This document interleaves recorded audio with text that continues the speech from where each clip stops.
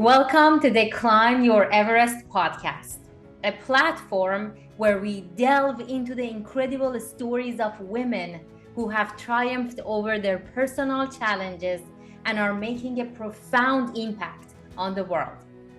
I'm your host, Sarah Safari, and I'm honored to be the founder of Climb Your Everest, a nonprofit organization passionately committed to offering education and empowerment opportunities to marginalized women, enabling them to unleash their true potential. Joining me as a co-host on this exciting journey is Avi. Together, we are on a mission to bring you inspiring narratives that will uplift your spirit, ignite your passion, and motivate you to climb your own Everest. Hi, Avi. Hi, Sarah. Okay, so let's start with the purpose of this podcast. In this episode, let's go through where you started your journey and why we're doing this podcast. So the driving force behind this podcast is the urgent need to raise awareness about women's rights and movements, particularly the women life freedom movement in Iran. This movement showcases the remarkable courage and resilience of Iranian women and girls as they fight for their basic human rights, fearlessly taking to the streets and risking their lives to create lasting change. Furthermore, this podcast serves as a platform to shed light on the barriers and challenges faced by girls and women worldwide. By highlighting these issues, we can foster understanding, compassion, and collective commitment to dismantling the obstacles that hinder gender equality and women's empowerment. Thanks, Sarah. So, you started mountain climbing, and that's where everything started. There's no mountain climbing school that you're 5 years old and your parents put you in a mountain climbing school. There's always a story behind the journey that people get into that. Can you tell us how it all started? Where did your inspiration come from, and how did mountain climbing open up your path to kind of this nonprofit work that you do for women empowerment? Well, 10 years ago, I was in a seminar, and the leader of the seminar said, come up with a project so big and huge, beyond yourself, something impossible, something that you can't even think of doing in your wildest dreams. And I was sitting in my chair thinking, what is something wild and impossible? And I couldn't think of anything. I just thought maybe I just continue my education and start a business. But I didn't feel that motivated thinking about those ideas. And somebody behind me started talking about Everest. And I just heard the word Everest and I thought, I've never camped before. I've never slept in a sleeping bag. I hate cold weather. I'm so scared of spiders. I don't know anyone in my family or extended family who've ever gone to the gym. Then, it's kind of walking around the building really for exercising. So it was kind of so out there. And I thought this is something impossible, that the assignment was to pick something impossible. And that's how it all started. I decided to climb Everest. Yeah. So, but what was the seminar about? You said you were in a seminar. So what was the seminar about? Okay. So seminar was a leadership and interpersonal communication sort of seminar where it was recommended to me by a friend. Basically, when I was at UCLA, I was doing a presentation and I was extremely shy. And my professor told me, the whole time that you were presenting, you didn't even make an eye contact with me or any other students. The whole time you were either looking at ceiling or you were looking down on the floor. It seems like you need to work on your communication skills, self-confidence, kind of presentation skills. You were very shy. your content is good, but the way you're presenting, you really need to work on it. And that kind of, that's and I kept asking my friends, like, I need to work on this stuff, but I don't know where to start from. And I kept asking and asking and asking until someone told me, yeah, there is this seminar. Have you ever heard of it? And I never. So I just decided to just go and experience and see what happens, which kind of something else completely happened, which was I decided to climb Everest. But kind of climbing my Everest in that area of my life inspired me to climb my Everest in all the other areas, because, you know, it's was not in compartment. My life was growing in all dimensions. So I had to catch up, and kind of it took care of itself. And that's how it all started.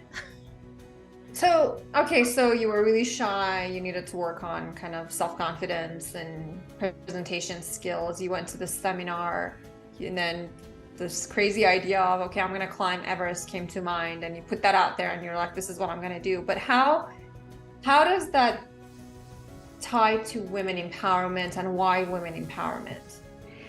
So at the beginning, it was a very personal growth, self-discovery project where I thought if I go climb Everest and I overcome the challenges, I grow as a person. And since I had zero experience, as I told you, I climbed a bunch of mountains, but I kept failing and failing and failing and never making it to the top of any mountain.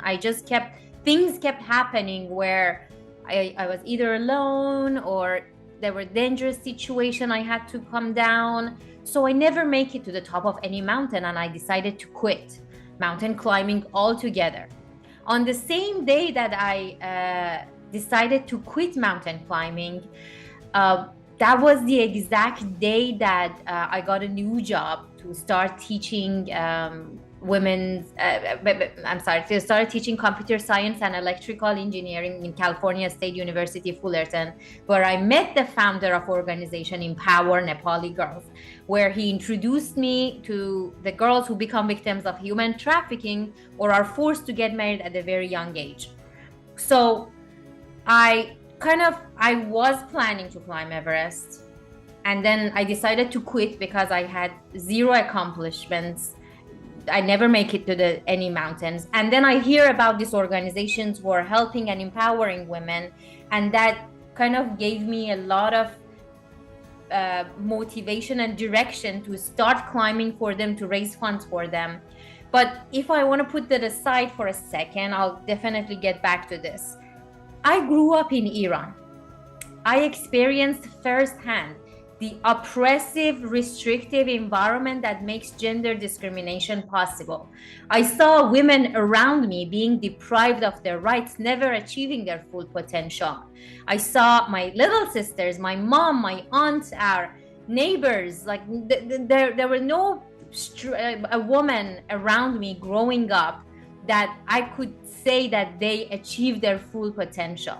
And kind of combination of how I grew up and what I saw all my life and all the things I always wanted to do, and they always told me not to do this.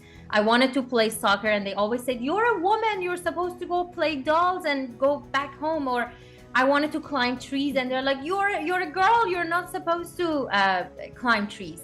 So my childhood, growing up in that society, plus in my adulthood, meeting these women, the organization, learning how it is easy to make a difference, and how I was failing in mountain climbing, and because it was such a personal project that I think it was not pulling me enough. It was not strong enough. And adding this beautiful cause of empowering women to the mountain climbing really made this project more beautiful, more exciting, more motivational, inspiring, not just for me, but everybody around me. So that's how everything came together. And of course, in the next episodes, I'm going to open this up more and we're going to delve into every single section that I just mentioned. But kind of this is the big pictures because this is the first episode.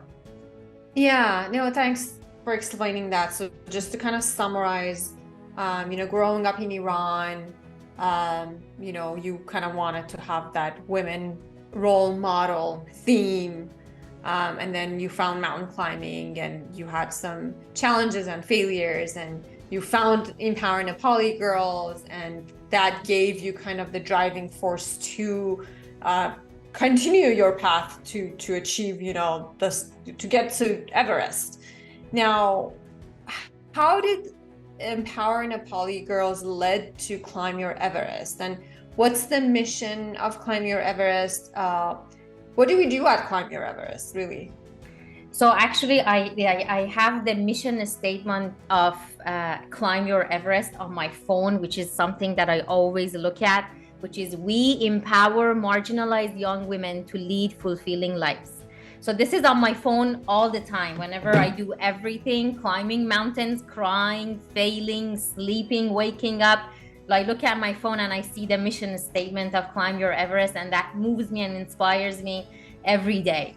So how this all got connected is that I'm going to try give you another big picture, which we're going to open it up later, is that so when I met the founder of organization Empower Nepali Girls, he told me how the girls become victims of human trafficking. He told me how he went to Nepal 20 years ago and he realized that there is this belief that men who are HIV positive, they think that if they sleep with a virgin girl, their HIVs get treated, they get well. So they buy the girls really cheap, like $50. The girls get raped, they get diseases, they end up in brothels. And even if they survive and somehow go back to their villages, they can never have a normal life. So this is, later I learned this is not something that just happens in Asia. It happens in Africa. It happens in the Middle East. It happens in so many places. Human trafficking is something that happens here in California. So it is not something that it's only for the Asian countries. But then I had to really educate myself in this area to learn more about it. But kind of hearing that his story was so moving, it was so strong that I just couldn't back to my normal life knowing that this is happening on the other side of the planet. I was extremely moved. So I promised Empower Nepali Girls that I raise $1 per foot of Everest or any mountain that I climb in preparation for Everest to provide education for the girls. And I promised $29,000 originally. Everest is 29,000 feet. And I thought if I just raise $29,000, that pays for 150 girls to continue their education one whole year.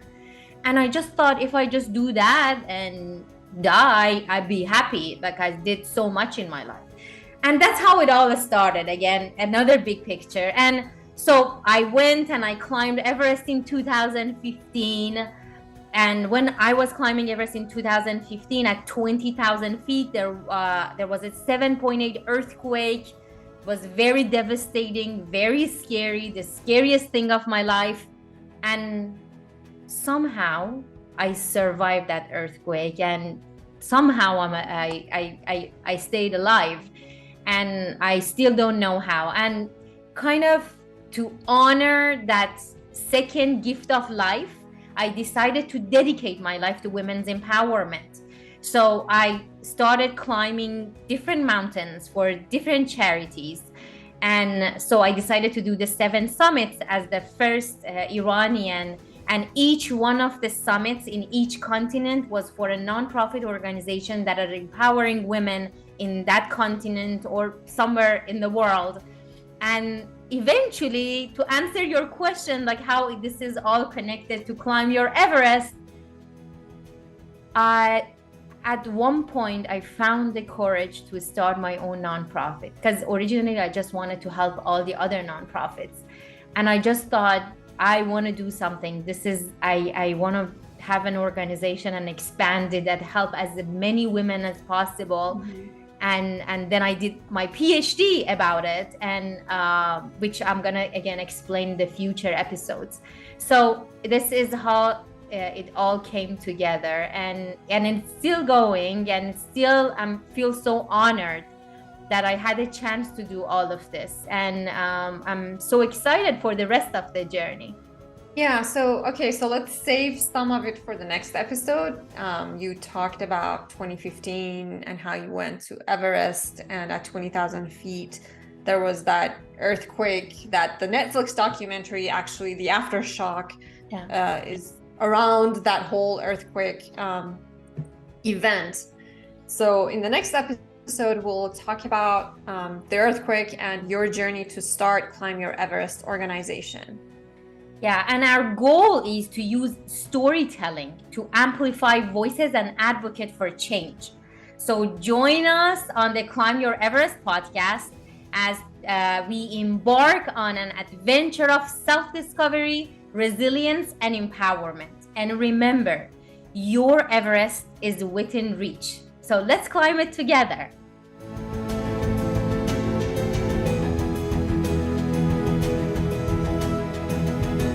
At Climb Your Everest, our mission is to provide access to education and resources to marginalized women so that they can gain the skills and knowledge they need to succeed in their lives and communities. But we can't do it without your help. 100% of your donation is tax deductible and will go directly towards funding our programs, including scholarships, educational material, and mentorship. So please visit our website, climbYourEverest.org, and make a donation today. Every little bit helps. It costs $25 to sponsor one girl to participate in empowerment workshops for a month.